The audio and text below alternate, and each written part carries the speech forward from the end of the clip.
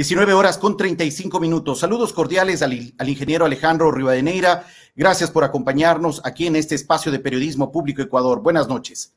Buenas noches, Mauricio. Muchísimas gracias por la invitación y un saludo cordial a su audiencia. Muchas gracias, ingeniero. Siempre bienvenido.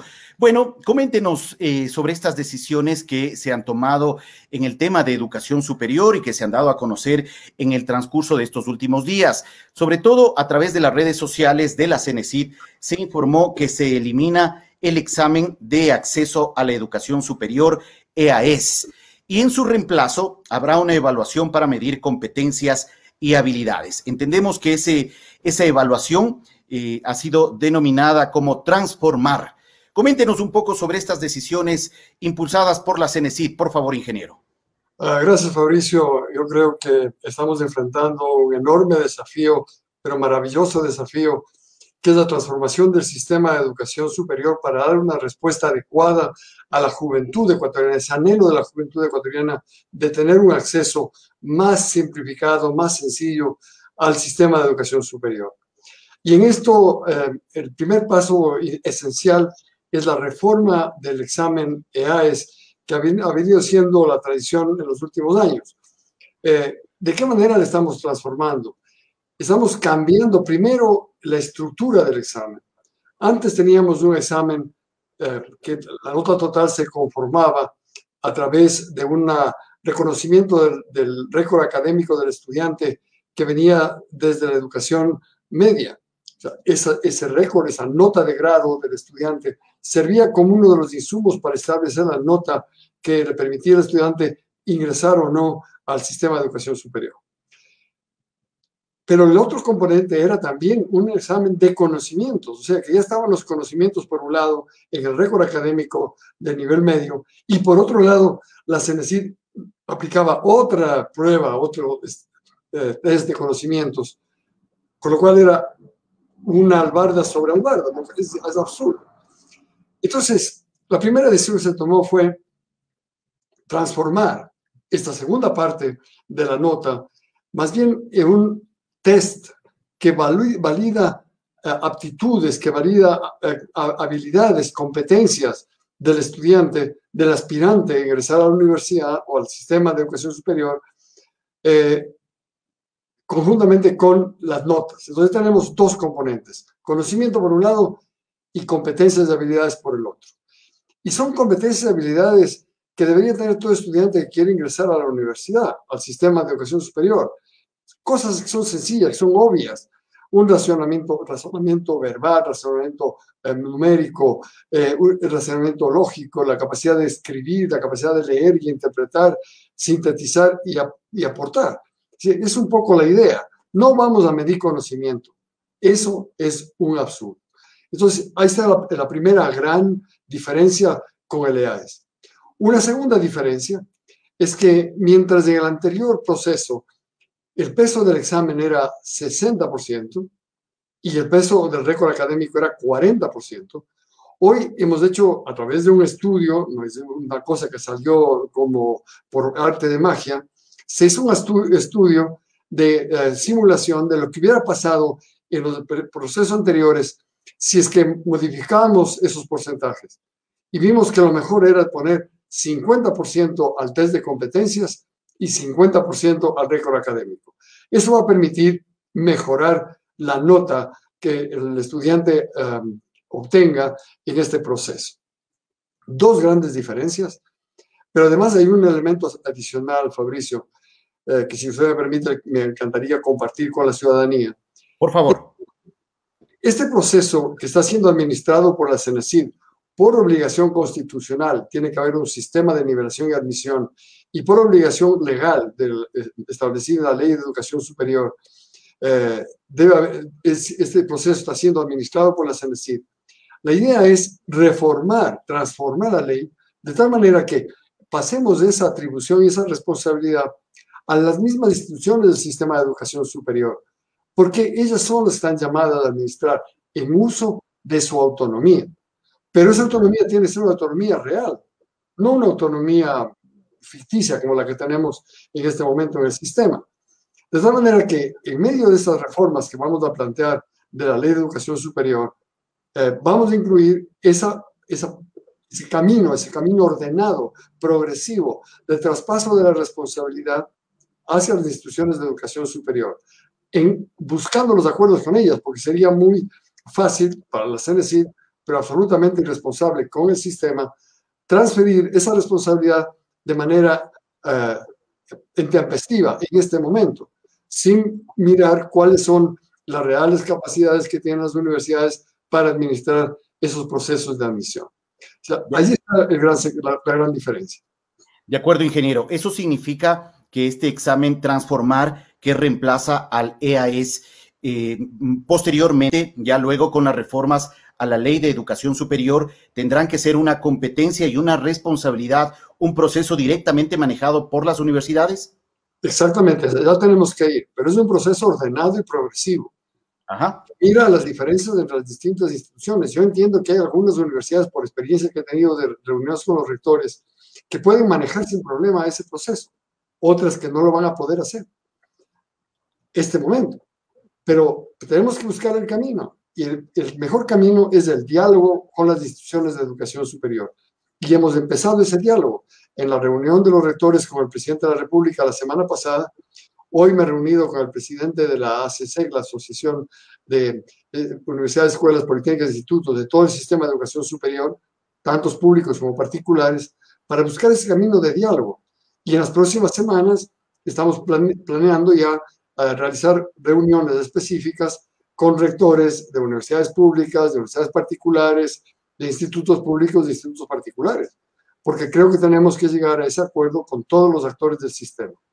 De acuerdo, ingeniero. Vamos por partes. Sí quisiera hablar sobre esta reunión que mantuvieron con los rectores de las universidades, institutos superiores y tecnológicos días atrás. Ese también es un tema muy interesante que quisiera abordarlo, pero ahora hablemos un poco sobre este proceso del examen Transformar. ¿Cómo se llevará a cabo el proceso de evaluación, esta evaluación para medir competencias y habilidades a través de este examen Transformar? ¿Cuándo se llevará a cabo? ¿Quién se encarga de organizar? ¿Cómo participan los estudiantes? Ofrézcanos mayores detalles sobre este proceso, por favor, ingeniero. Encantado, Fabricio. El proceso empieza entre el 24 y el 26 de junio, o sea, a fines de este mes, la próxima semana, a fines de esta semana, sí. Empezamos el proceso inicial, que es lo que se llama el retorno a la educación superior, en donde los estudiantes que ya habían postulado anteriormente tienen la posibilidad de postular nuevamente, conforme a sus propias necesidades y a sus propios intereses. Y en la primera semana de julio, vamos a tener el proceso de inscripción, para que en la segunda semana de agosto ya tengamos la plataforma de evaluación, o sea, ya rinde la evaluación. Esta evaluación puede ser virtual o puede ser presencial. Virtual en aquellas zonas en donde el estudiante, en aquellos casos en que el estudiante, el aspirante, tenga la posibilidad de acceder a la virtualidad, que tenga una conexión de internet, que tenga el equipo adecuado para poder ingresar. Si no lo puede hacer, estamos habilitando, con el apoyo de las instituciones de educación superior, centros en donde ese aspirante puede ir lo más cercano posible a su sitio de vivienda a rendir la prueba presencial, para que en la segunda semana de septiembre ya podamos hacer la postulación, es decir, ya entre la segunda semana de agosto y la segunda semana de septiembre, el estudiante que ya conoce cuáles son los resultados de su evaluación, postula, escoge la carrera. Y la universidad o el instituto de educación superior al cual quiere asistir, quiere participar, libremente. Tiene 5 posibilidades de escoger libremente. No necesariamente tiene que escoger las 5. Puede escoger una, puede escoger 2, puede escoger 3, pero la idea es que pueda escoger libremente a qué carrera, a qué institución quiere aspirar a ingresar. Tiene 5 posibilidades, ¿cierto? Pero no necesariamente tiene que poner las 5, porque a veces puede sentirse presionado a poner las 5 y pone las últimas 2 carreras que no le interesan y en instituciones de educación superior que no vale la pena. Entonces, En la segunda semana de septiembre también, ya con la postulación del estudiante, con las notas, nosotros hacemos asignación de cupos en base a los cupos disponibles en las instituciones de educación superior. Y luego, la tercera semana de septiembre, ya el estudiante empieza el proceso de aceptación de esos cupos. Este es el proceso. Pero esta prueba formar, esta prueba que evalúa de competencias y habilidades, se complementa con algo adicional que antes no existía, que es el test vocacional, o sea, un test de orientación vocacional. Ese test no asigna puntos, pero orienta al estudiante. Se toma simultáneamente con el test de formar, simultáneamente, en el mismo proceso. Termina el uno y empieza el otro. No es obligatorio, no es compulsivo, no entrega nota, pero orienta. Y eso que nosotros pretendemos, orientar a la juventud ecuatoriana a que apunte a la carrera que más cercana se encuentra a su propia vocación. Pero eso no limita. Ese estudiante que puede estar, de acuerdo al test vocacional, posiblemente apuntando a medicina, si él quiere seguir derecho, sigue derecho. O si quiere seguir una tecnología, sigue una carrera tecnológica o técnica. No lo vamos a impedir. Sería un absurdo. Pero hacia allá tenemos que ir caminando para orientar y ayudar al estudiante a que establezca cuáles son, de alguna forma, sus inclinaciones vocacionales. Ingeniero, ¿cuándo se conocería, luego de todo este proceso, si una de las personas jóvenes postulantes accede a la universidad pública? En la segunda semana de septiembre ya se sabe, ya saben todos. Claro, este examen lo que hace es, esa prueba de competencias y habilidades, lo que hace es guiarle al estudiante y analizar si el perfil del estudiante es adecuado para ingresar a la educación superior. Porque hay que darse cuenta de que no todos nosotros como ecuatorianos que terminamos un bachillerato tenemos esas habilidades. Y tenemos que aportar también en algo que es muy importante, Fabricio, y que creo que hay necesidad de resaltarlo, es que no es exclusivamente el ingreso a la universidad o a la escuela politécnica. ¿Por qué tenemos que minusvalorar las carreras técnicas y tecnológicas? Que posiblemente son aquellas que tienen mayor posibilidad de conseguir empleo al terminar su carrera o inclusive antes de terminar su carrera. Una de las aspiraciones esenciales del ecuatoriano es conseguir trabajo y ya tenemos que apuntar a ello y tenemos que darle reconocimiento social, pero también reconocimiento económico a esas carreras técnicas y tecnológicas, y es una labor de todos, del gobierno y de todos los actores sociales. De acuerdo, ingeniero. ¿A cuántas universidades, institutos técnicos, institutos tecnológicos podrán acceder los ecuatorianos, los jóvenes ecuatorianos que postulen en este proceso? Y otra pregunta, ¿cuántos cupos espera la CENESID otorgar a los jóvenes que estén interesados en continuar con sus estudios superiores? Respondiendo a la primera pregunta, en el Ecuador, en el sistema de educación superior, en el campo público, en el área pública, tenemos 31 universidades. 31. Pero en cuanto a los institutos, tenemos casi 80 institutos públicos. Eso primero, pero los cupos no dependen solamente de las instituciones públicas. También las instituciones particulares, instituciones privadas, tanto institutos como universidades, tienen que aportar con cupos. El sector privado tiene la obligación de dar el 10% de su cupo anual de admisión para que sean ocupados por estudiantes que quieren ingresar a la universidad con beca completa o el equivalente con becas parciales. Entonces, hay que añadir al cupo, claro que no son muchos, pero las universidades particulares son más pequeñas en ese ámbito de las carreras de grado. Pero también tenemos que contar a ellas. Ahora, el cupo va a depender de un proceso que estamos iniciando ya de contacto directo con las universidades, escuelas politécnicas, públicas y particulares, y los institutos superiores técnicos públicos y particulares. Ese es el esquema. Pero va a depender de la labor que estamos haciendo, este acercamiento personal. La secretaria de admisión, la subsecretaria de admisión de la CENESID, Andrea Montalvo, va a comenzar la próxima semana a recorrer y a contactar con las universidades, con cada una de ellas. La próxima semana va hacia el norte y va a ir a trabajar con las universidades, con la Técnica del Norte, con la Universidad Politécnica Estatal del Carchi, con los institutos superiores de la zona norte, para, a través de la coordinación zonal, ayudar a establecer qué disponibilidad de cupos van a tener. Y una cosa que es real, una cosa que es absolutamente real, es imposible aumentar sustancialmente los cupos de la noche a la mañana. Eso creo que tenemos que entender todos los ecuatorianos. No hay forma en hacerlo presencial, pero sí hay forma en hacerlo utilizando las nuevas tecnologías de la comunicación. Y creo que es importante. Y hay ejemplos claros de que se puede hacer.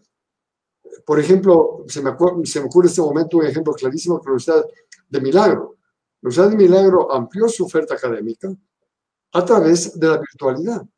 Y tenemos que llegar de una manera o de otra a percibir que esa es una alternativa real que no requiere una inmensa inversión como construir infraestructura física, pero requiere inversión para tener una infraestructura tecnológica y la capacidad de los docentes para administrar esa nueva realidad y para tener los programas adecuados para que cumplan con la finalidad de una educación con calidad. Ingeniero, si bien usted me dice la próxima semana y en estos días empezará un acercamiento para conocer la disponibilidad de cupos de las instituciones de educación superior, ¿ustedes tienen un objetivo o una meta de entrega de cupos a alcanzar en este proceso? A ver, yo le puedo hablar de lo que ha sucedido históricamente, ¿no? Del récord histórico. Aproximadamente tenemos 90.000 cupos en este momento. Deberíamos tener, si mantenemos la misma historia de los periodos anteriores.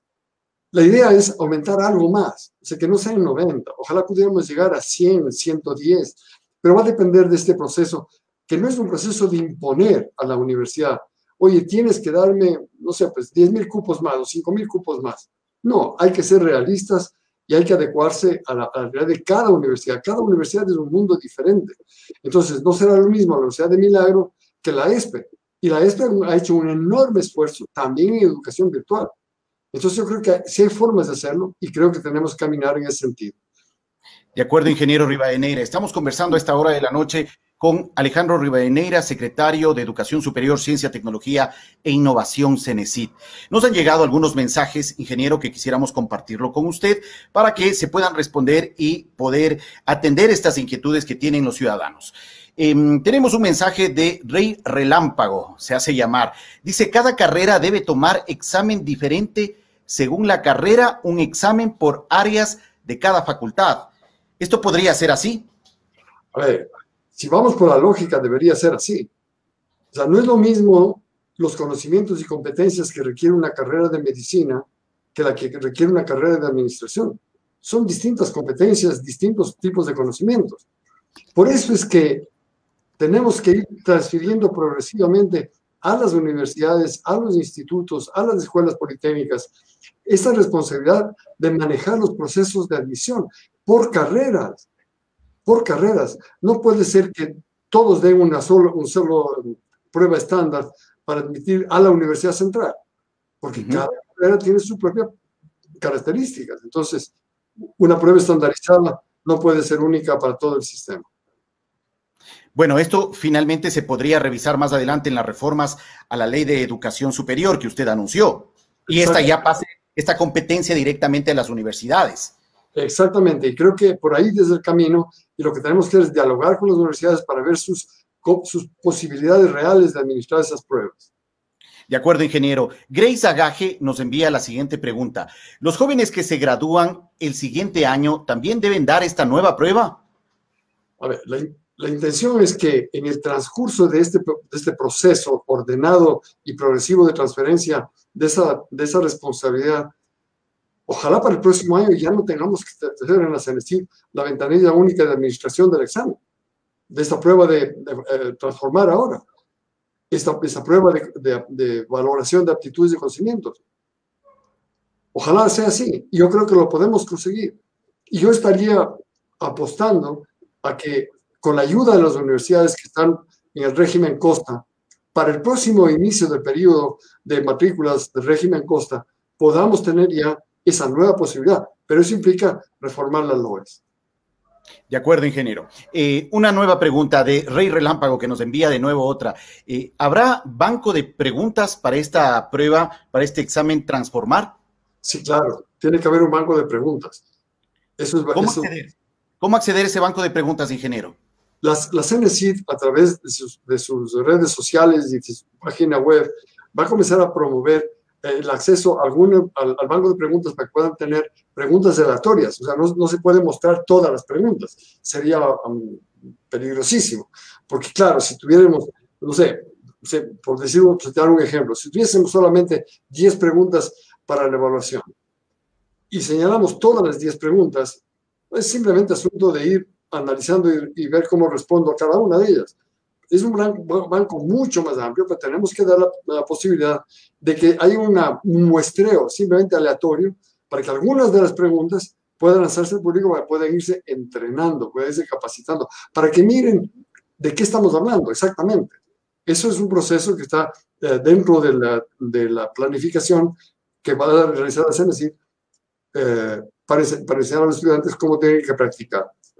De acuerdo, ingeniero Rivadeneira.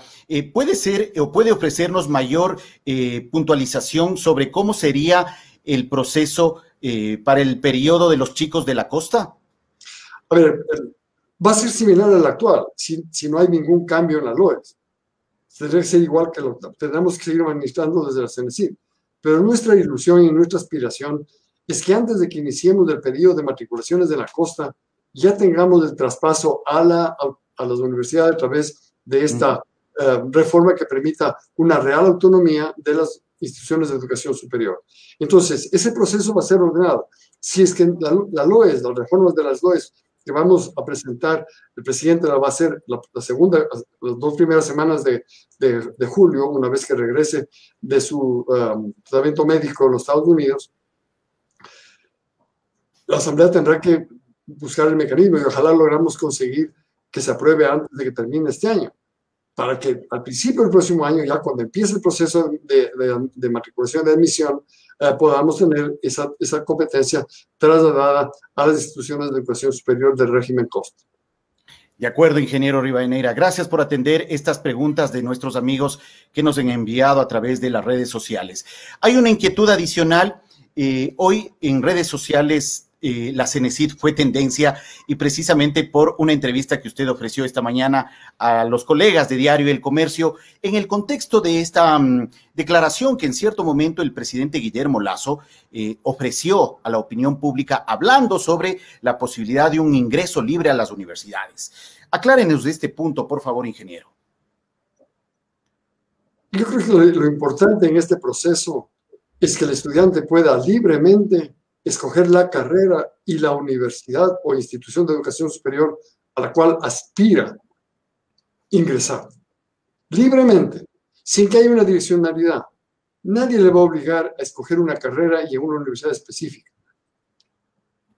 El tema es que tiene que ser un proceso ordenado. Porque si es un proceso desordenado y un proceso de avalancha, la universidad se va a ver desbordada, la institución de educación superior se va a ver desbordada. Porque ¿cómo se puede pensar que hay un proceso ordenado simplemente porque hay un libre ingreso? Que lo que estamos diciendo es, hay libertad de elección. El estudiante es libre de elegir lo que quiera, en donde quiera.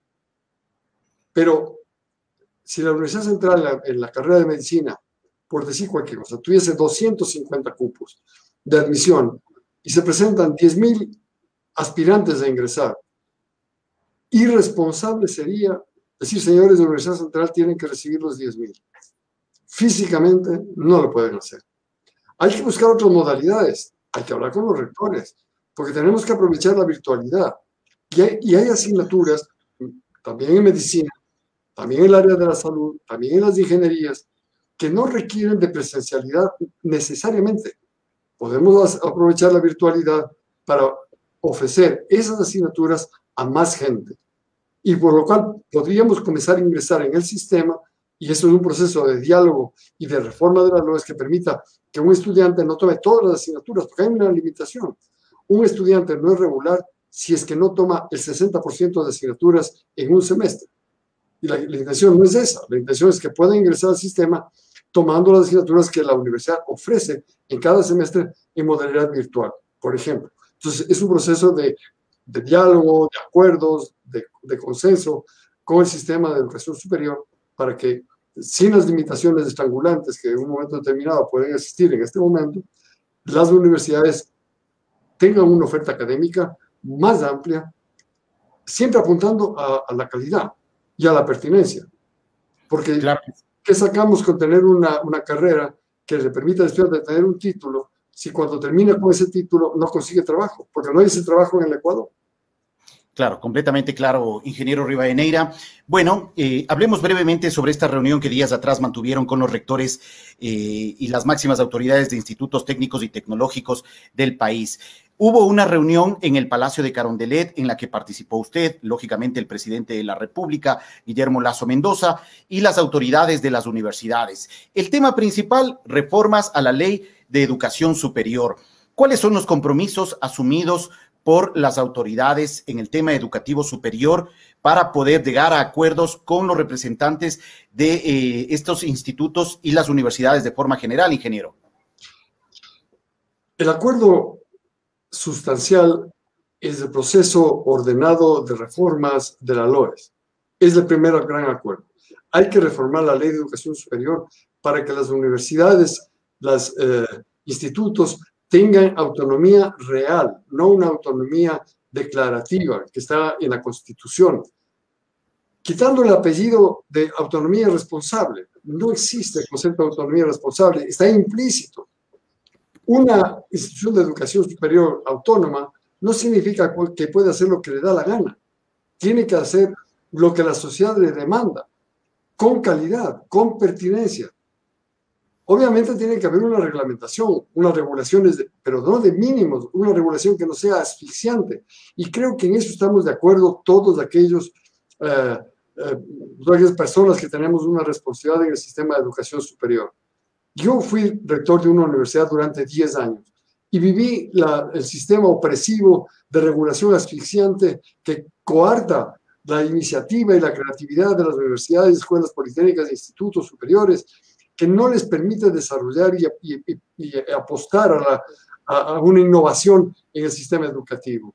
Entonces, ese es el gran compromiso primero. Y tenemos que hacer reformas puntuales, no podemos hacer una reforma global. Una reforma global e integral viene en una segunda etapa. La apuesta del gobierno y la apuesta del sistema de educación superior es que a fines de este año podamos contar con una reforma parcial de la LOES que permita que las universidades, escuelas politécnicas e institutos superiores tengan autonomía real para tener una variedad de oferta académica que apunte a atender esas necesidades de la juventud ecuatoriana. Y luego, en una segunda fase, una gran reforma donde tendremos que trabajar con mucho entusiasmo, mucha dedicación y mucha consistencia para conseguir que ojalá a finales del próximo año podamos tener una reforma global, no solamente de la LOES, sino también del llamado Código Ingenios, que limita la autonomía de las universidades y que nos pone a las universidades en un segundo plano. Muy bien, ingeniero Rivadeneira, gracias por ofrecernos esta información y sin duda lo que espera la ciudadanía es que estas reformas y estos cambios, estas modificaciones en la educación superior apunten primero a contar más cupos para que más personas puedan acceder al derecho a la educación superior, a contar con educación de calidad, que es vital, y a contar también con calidad en docencia y también la posibilidad de educarse eficientemente. Así que todos los éxitos en este proceso de transformación de la educación superior, ingeniero. Muchísimas gracias, Fabricio. Ese es el compromiso que tenemos de realizar una profunda transformación del sistema de educación superior que pretenda dar una respuesta a la juventud ecuatoriana que anhela carreras pertinentes y de calidad, que le ayuden a conseguir trabajo y una vida digna a todos los ecuatorianos. Ese es el anhelo, ese es el compromiso y hacia allá tenemos que ir trabajando con todo el entusiasmo que nos caracteriza y con toda la ilusión desde el gobierno nacional. De acuerdo, ingeniero, muchas gracias, un fuerte abrazo a la distancia y éxitos. Estamos siempre aquí abiertas las puertas de Periodismo Público. Gracias, mi querido Fabricio, muchísimas gracias por su invitación y un mensaje de optimismo para toda la juventud ecuatoriana, que juntos lo vamos a lograr. Claro que sí. Muchas gracias, ingeniero. Estaremos hasta una próxima oportunidad. Un fuerte abrazo. Gracias. Gracias a usted, muy gentil.